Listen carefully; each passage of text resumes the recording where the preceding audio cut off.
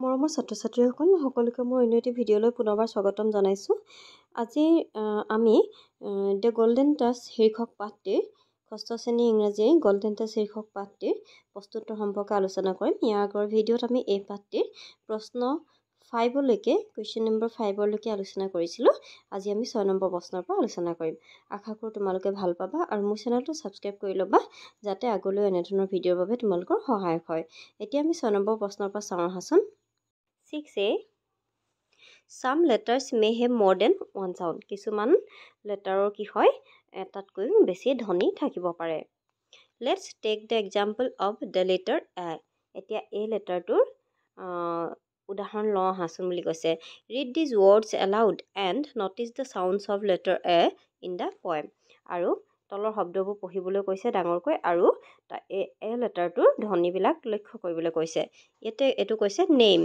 Name বুলি কওঁতে এই লেটাৰটোৰ উচ্চাৰণটো কেনেকুৱা হৈছে এ গতে হৈছে নেম। মিডাছ, ইয়াত মিডাছ বুলি কওঁতে এই লেটাৰটোৰ উচ্চাৰণ কেনেকুৱা হৈছে আ হৈছে। ৱান্ট, ইয়াত হৈছে আ। হ্যাপি, ইয়াত হৈছে এ টাইপ আৰু গ্ৰান্ট ইয়াত হৈছে আ আৰু চ' ইয়াত হৈছে অ গতে। গতিকে নাও fill in the blanks in the following sentences with words given in the box below. এতিয়া তলৰ বক্সটোত যিবিলাক মানে ৱৰ্ড দিয়া আছে সেইবিলাকেৰে তলত কিছুমান খালী ঠাই দিয়া আছে সেইখিনি ফিল আপ কৰিবলৈ কৈছে। শব্দকেইটা দিয়া আছে লষ্ট, চি, পুল, টাইম। গতিকে আমি চাওঁ আহাচোন। The sound of E in get is different from the sound of E in, ইয়াতে হ'ব এইটো চি। ইয়াত গেট শব্দটোত ই চাউণ্ডটো ই ধ্বনিটো অলপ বেলেগ হৈছে আৰু চিটোতো ই ধ্বনিটোৰ উচ্চাৰণ হস্ৰইগতে দেখা পোৱা গৈছে। The sound of I in king is different from the sound of I in time. ইয়াত ৰজা যিটো কিঙত যিটো আই উচ্চাৰণ হৈছে সেইটো ই গতে হস্ৰইগতে উচ্চাৰণ হৈছে কিন্তু টাইমটোত আই উচ্চাৰণটো হৈছে আই গতে। The sound of O in gold is different from the sound of O in lost. ইয়াত লষ্টটোত বেলেগ এটা অ'ৰ উচ্চাৰণ হৈছে গ'ল্ডটোতো বেলেগ উচ্চাৰণ হৈছে। The sound of U in turn is different from the sound of U in pool. গতিকে এইকেইটা তোমালোকে এনেদৰে লিখি ল'বা। Let's learn some grammar. এতিয়া অলপ গ্ৰামাৰ শিকোঁ আহা বুলি কৈছে। 7A Read the following sentences and notice the underlined words. এতিয়া তলৰ বাক্যবোৰ পঢ়িবলৈ কৈছে আৰু আণ্ডাৰলাইন ৱৰ্ডবিলাক ন'টিচ কৰিবলৈ কৈছে, লক্ষ্য কৰিবলৈ কৈছে। He constantly looked for ways to get money and gold. তেওঁ কনষ্টেণ্টলি মানে একেৰাহে বা অবিৰতভাৱে তেওঁ কি কৰিছিলে কেনেদৰে মানে টকা পইচা বা সোণ আহৰণ কৰিব পাৰে সেয়া বিচাৰি চাইছিল, মানে সেয়া চাইছিল আৰু পোৱাৰ চেষ্টা কৰিছিলে। গতিকে ইয়াত লুকটোত ই ডি লাগিছে। ঠিক তেনেদৰে he treated the divine spirit very well, তেওঁ ঐশ্বৰিক আত্মাক বৰ ভাল ব্যৱহাৰ কৰিছিল। ইয়াতো ই ডি লাগিছে, মেইন শব্দটো যিটো মূল শব্দ তাৰ পিছফালে ই ডি লাগিছে। He wanted to test the magical power, তেওঁৰ মেজিকেল পাৱাৰটো টেষ্ট কৰি চাব বিচাৰিছিল। The divine spirit granted the king his wish, divine স্পিৰিটে ঐশ্বৰিক আত্মাই ৰজাৰ ইচ্ছা পূৰণ কৰিছিল। He ran to the palace, তেওঁ ৰাজপ্ৰসাদলৈ দৌৰ মাৰিছিল। এতিয়া কথাটো হ'ল কি ইয়াত তোমালোকে মন কৰিছা যে যিবিলাক মূল শব্দ আছে সেই মূল ভাৰ্বটোৰ পিছফালে ই ডি লাগিছে আৰু মানে বাক্যবোৰ অতীতকালৰ বাক্যত ব্যৱহাৰ কৰা হৈছে। তেওঁ ভাল ব্যৱহাৰ কৰিছিল, তেওঁ টেষ্ট কৰি চাব বিচাৰিছিল, ঐশ্বৰিক আত্মাই তেওঁৰ ইচ্ছাবোৰ পূৰণ কৰিছিল, এনেকুৱা ধৰণৰ। The sentences given above refer to actions that happened before. ইয়াত এই বাক্যবোৰে এনেকুৱা কিছুমান কাৰ্য বুজাইছে যিবিলাক কাৰ্য অতীততে সংঘটিত হোৱা বা আগতে সংঘটিত হোৱা বুজাইছে। All the sentences talk about actions that happened before. ইয়াত গোটেইবিলাক বাক্যই এনেকুৱা কিছুমান একশ্যন বুজাইছে যিবিলাক আগতে সংঘটিত হোৱা বুজাইছে। When we talk about events or actions that took place at a definite time in the past, we use verbs in the simple past tense. যেতিয়া আমি অতীততে সংঘটিত হোৱা কোনো এটা কাৰ্য, কোনো এটা অতীতত মানে নিৰ্দিষ্ট সময়ত সংঘটিত হোৱা বুজায় তেতিয়া আমি simple past tense ব্যৱহাৰ কৰোঁ। In the simple past tense of a verb, ভাৰ্বৰ simple past tenseত we say what we did yesterday. আমি yesterday কি কৰিলোঁ, যোৱাকালি কি কৰিলোঁ, or last weekত কি কৰিলোঁ, or even a long time ago, আৰু বহুত বছৰৰ আগতে বা বহুত সময়ৰ আগতে কৰা বুজোৱা হয়। We use the second form of the verb by adding d or ed to the verb. আৰু কি কৰোঁ আমি ছেকেণ্ড ফৰ্মটোত ভাৰ্বৰ ডি বা ই ডি লগ কৰোঁ। বা এড কৰোঁ let's C the first and second forms of the underline verbs এতিয়া আমাক চাবলৈ কৈছে ছেকেণ্ড ফৰ্ম মানে ফাৰ্ষ্ট ফৰ্মটো কি হয় আৰু ছেকেণ্ড ফৰ্মটো কি হয় তালিকাখন তোমালোকে মন কৰাচোন বেছ ফৰ্ম বা ফাৰ্ষ্ট ফৰ্মটো কোনটো আৰু পাষ্ট ফৰ্মটো যেনে look looked treat treated want wanted grant granted rushed rushed গতিকে ইয়াত চবতে ই ডি লাগিছে বা চিম্পল পাষ্ট টেন্সৰ ক্ষেত্ৰত সদায় ই ডি বা ডি ব্যৱহাৰ কৰা হয় এতিয়া বিটো কৈছে read the lesson to find out the past forms of the verb given below' write them down in the space provided এতিয়া পাঠটোৰ পৰা পাষ্ট ফৰ্মছৰবিলাক বিচাৰিলে ইয়াতে ডি বা ই ডি লগাই পিনি লিখিবলৈ কৈছে ইয়াতে বেছ ফৰ্মটো দিয়া আছে লিভড লিভড মই কৰিয়ে দিছোঁ তোমালোকে চাই চাই লিখি ল'বা turn turned touched touched shock shocked realise realised There are a few verbs that do not follow the usual pattern of adding d or ed at the end to form the past tense. ইয়াত কিছুমান আৰু অন্য কিছুমান verb আছে যিবিলাকে এই পেটাৰ্ণটো D বা E D লগোৱাৰ পেটাৰ্ণটো ফ'ল' নকৰে বুলি কৈছে যেনে গ' ৱেণ্ট হৈছে বিকাম বিকেম হৈছে গেট গট হৈছে চি চ' হৈছে ভাৰ্বৰ লিষ্টৰ তালিকাখন তোমালোকে মুখস্থ কৰি ল'বা সেইখন বহুত মানে পিছলৈ তোমালোকৰ কামত আহিব গ্ৰামাৰতে পাবা গতিকে সেইখন তোমালোকে মুখস্থ কৰিবা চিটো কৈছে ৰিড দ্য পেৰাগ্ৰাফ তলৰ পেৰাগ্ৰাফটো পঢ়িবলৈ কৈছে and fill in the blanks with the simple past tense from the verbs আৰু চিম্পল পাষ্ট টেন্সত তালিকাখন ফিল আপ কৰিবলৈ কৈছে একেবাৰে উজু হয় কিং মিডাছ ৱান্টৰ পিছত ৱান্টেড লগাই দিবা যেনেকৈ ডি বা ই ডি লাগিব ন গতিকে সেইকেইটা লগালে হ'ল to be the richest king so' he wished for the power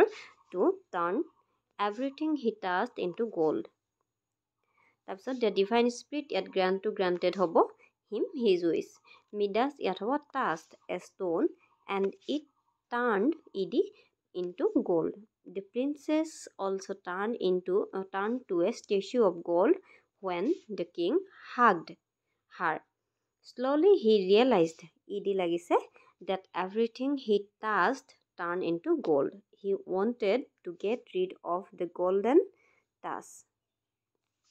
He washed his hand in the river.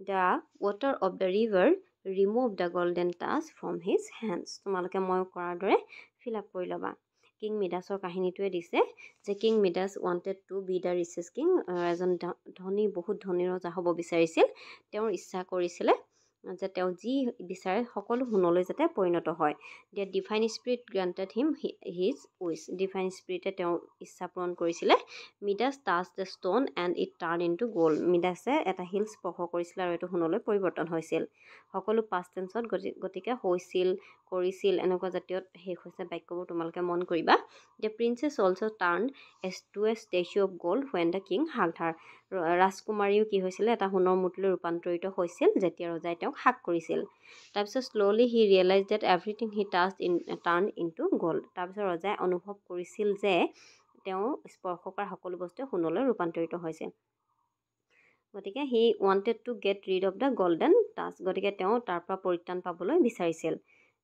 আৰু সেইকাৰণে তেওঁ কি কৰিছিলে he washed his hands in the river তেওঁ নদীত তেওঁ হাত দুখন ধুইছিল আৰু the water of the river remove the golden touch from his hand আৰু নদীৰ পানীয়ে তেওঁৰ গল্ডেন টাচ সোণালী স্পৰ্শ ধুই পেলাইছিল গতিকে এনেদৰে তোমালোকে ফিল আপ কৰি ল'বা এতিয়া আমি 9 নম্বৰটো চাওঁ আহাছোঁ 9 নম্বৰটো কৈছে read the following sentences and notice the underline words এতিয়া কি কৈছে তলৰ বাক্যকেইটা পঢ়িবলৈ কৈছে আৰু আণ্ডাৰলাইন ৱৰ্ডকেইটা লক্ষ্য কৰিবলৈ কৈছে the touch of the king turned his daughter into a statue of gold ৰজাৰ স্পৰ্শই ৰাজকুমাৰীক সোণৰ মূৰ্তিলৈ ৰূপান্তৰিত হৈছিল আৰু এইটো কৈছে when the king touch the stone it turn into gold যেতিয়া ৰজাই শিলটো স্পৰ্শ কৰিছিলে এইটো সোণলৈ ৰূপান্তৰিত হৈছিল the word touch is used in to different way in the sentences এতিয়া টাচ শব্দটো দুটা বাক্যত দুটা ডিফাৰেণ্ট ৱেত মানে ব্যৱহাৰ কৰা হৈছে ইন দ্য ফাৰ্ষ্ট চেণ্টেন্স প্ৰথম বাক্যটোত the word touch is used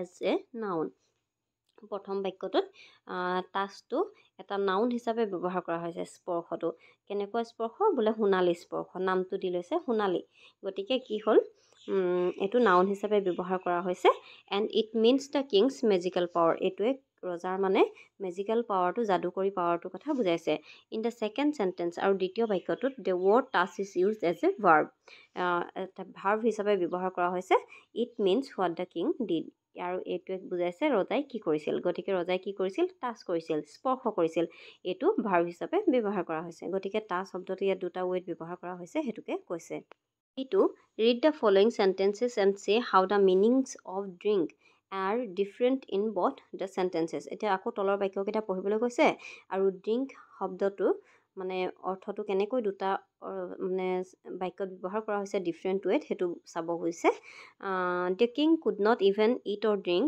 because everything he touched became gold immediately ৰজাই একো খাবও পৰা নাছিল বা পি খাবও পৰা নাছিল কাৰণ তেওঁ যিয়ে স্পৰ্শ কৰিছিল সকলো সোণলৈ ইমিডিয়েটলি ৰূপান্তৰিত হৈছিল the food and drink turn to gold as soon as he touch him খাদ্যবিলাক আৰু পানীয়বিলাক সকলো সোণলৈ ৰূপান্তৰিত হৈছিল যেতিয়াই তেওঁ স্পৰ্শ কৰিছিল make sentences using the word drink to show' two different meanings এতিয়া এই ড্ৰিংকটো লগাই আকৌ দুটা ৱেট কেনেকৈ মানে বহিব সেইটো এক্সাম্পল দিব কৈছে মই একদম সহজকৈ এক্সাম্পল দুটা দি দিছোঁ নাউনত হ'ব my favourite drink is coffee মোৰ প্ৰিয় ড্ৰিংক হৈছে কফি আৰু ভাৰ্বত হ'ব she likes to drink tea in the morning তেওঁ ৰাতিপুৱা চাহ খাই ভাল পায় বা চাহ খাবলৈ পচন্দ কৰে গতিকে এনেদৰে তোমালোকে কৰি ল'বা তাৰপিছতো কৈছে চিটো find more words from the lesson which can be used both as a noun and a verb write them down below' আৰু এতিয়া লেচনটোৰ পৰা মানে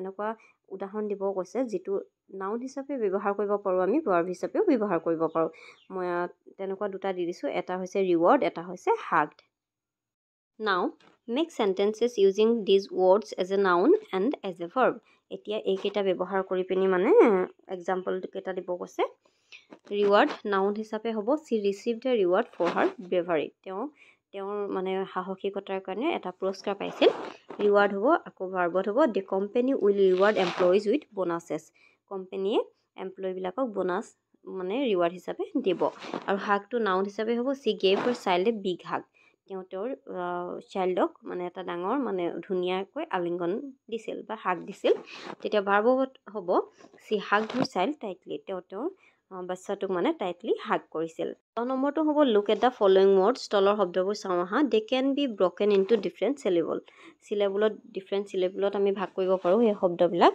read the words aloud and clap once for each syllable আৰু ডাঙৰকৈ পঢ়িবলৈ কৈছে আৰু এটা চিলেবলৰ কাৰণে এবাৰ ক্লেপ কৰিব কৈছে write down how many times you have clap for each word এতিয়া লিখিবলৈ কৈছে তোমালোকে মানে এটা ৱৰ্ডত কেইটা ক্লেপ কৰিলা a few of them are done for you আৰু তোমালোকৰ বাবে কেইটামান কৰি দিয়া হৈছে ফুলফিল ইয়াত টু চিলেবল আছে গতিকে টু ক্লেপছ দুটা চাপৰি বজাব লাগিব ইয়াত মেজিকেল মেজিকেল ইয়াত তিনিটা চিলেবল আছে গতিকে আমি তিনিটা চাপৰি বজাব লাগিব ঠিক তেনেকৈ চেলিব্ৰেশ্যন কনষ্টেণ্টলি এই শব্দবোৰ আমি চিলেবল ভাঙিব লাগিব আৰু কেইটামান নিজৰ পৰা মানে উদাহৰণ হিচাপে দিব লাগিব আমি চাওঁ আহাচোন কেনেদৰে কৰিম ইয়াতে হ'ব চেলিব্ৰেশ্যনটো এইটো চেলিব্ৰেশ্যন এইটো 4 ক্লেপছ 4টা চিলেবল কনষ্টেণ্টলি এইটো 3 তাৰপিছত ৰিৱাৰ্ড এইটো দুটাহে হ'ব গতিকে 2 ক্লেপছ এইটো গ'ল্ডেন এইটো 2 ক্লেপছ আৰু ৰিচেষ্ট এইটো গতিকে 2 ক্লেপছ গতিকে দুটা চিলেবল হ'ব গতিকে দুটা ক্লেপছ হ'ব তোমালোকে এনেদৰে তালিকাখন পূৰ্ণ কৰি ল'বা notice that the word magical is pronounced with more force on the first syllable i.e. we say the first syllable more strongly than the others magical again the word fulfill pronounced with more force on the second syllable we say the second syllable more strongly than the others fulfill listen how your teacher pronounces the word celebration practice saying the words with correct stress এতিয়া টিচাৰে যেনেদৰে মানে এইকেইটা শব্দকেইটা কয় তোমালোকক practice কৰিব কৈছে বিশেষ একো নাই এইটো পেজত listen to the story the tale of the talking cave and answer the questions orally এই সাধুটো শুনিবলৈ কৈছে আৰু তোমালোকক এইকেইটা উত্তৰ দিবলৈ কৈছে তোমালোকক টিচাৰে কৈ দিব তোমালোকে সেইমতে কৰিবা তাৰপিছত 12 এইটো কৈছে লেটছ ৰিড দ্য পোষ্টাৰ বিলতলৰ পোষ্টাৰখন চাবলৈ কৈছে পঢ়িবলৈ কৈছে এইটো কি কৈছে মেজিক শ্ব' এটা পাতিছে কোনে অৰ্গেনাইজ কৰিছে দ্য ছানৰাইজ ক্লাব তাৰপিছত কোনে কৰিব great মেজিচিয়ানছ and Rupa and I Hussain ক'ত হ'ব ভেনু নাট্য মন্দিৰত হ'ব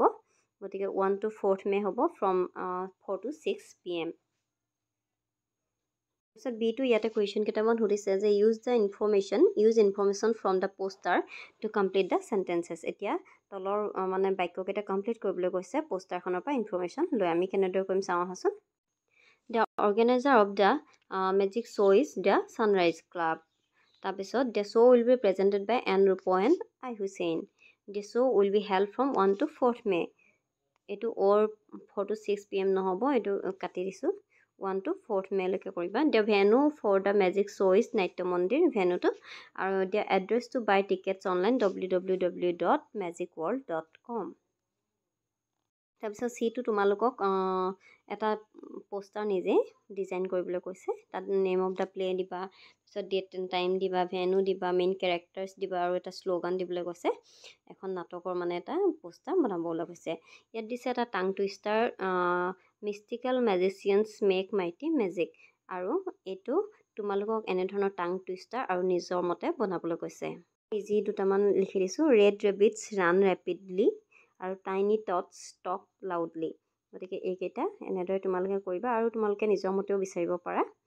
তাৰপিছতো কৈছে riddle time. I am waved by magicians to make things disappear what am I. মেজিচিয়ানছবিলাকে লয় আৰু বস্তুবোৰ অদৃশ্য কৰি দিব পাৰে। মানে সেইটো কি হয় সুধিছে। সেইটো হ'ব যাদুকৰী, সিহঁতৰ যাদুৰ যিডাল লাঠি সেইডাল। মই গতিকে 1 বুলি দিছোঁ, তোমালোকে 1ডাল আঁকিবলৈ চেষ্টা কৰিবা। এই মেজিচিয়ানজনে যে লৈ আছে সেইডাল। গতিকে মৰমৰ ছাত্ৰ ছাত্ৰীসকল, আজি পাঠটি ইমানতে শেষ হৈছে। পৰৱৰ্তী পাঠৰ বাবে তোমালোকে মোৰ চেনেলটো ছাবস্ক্ৰাইব কৰি ল'বা। Thank U.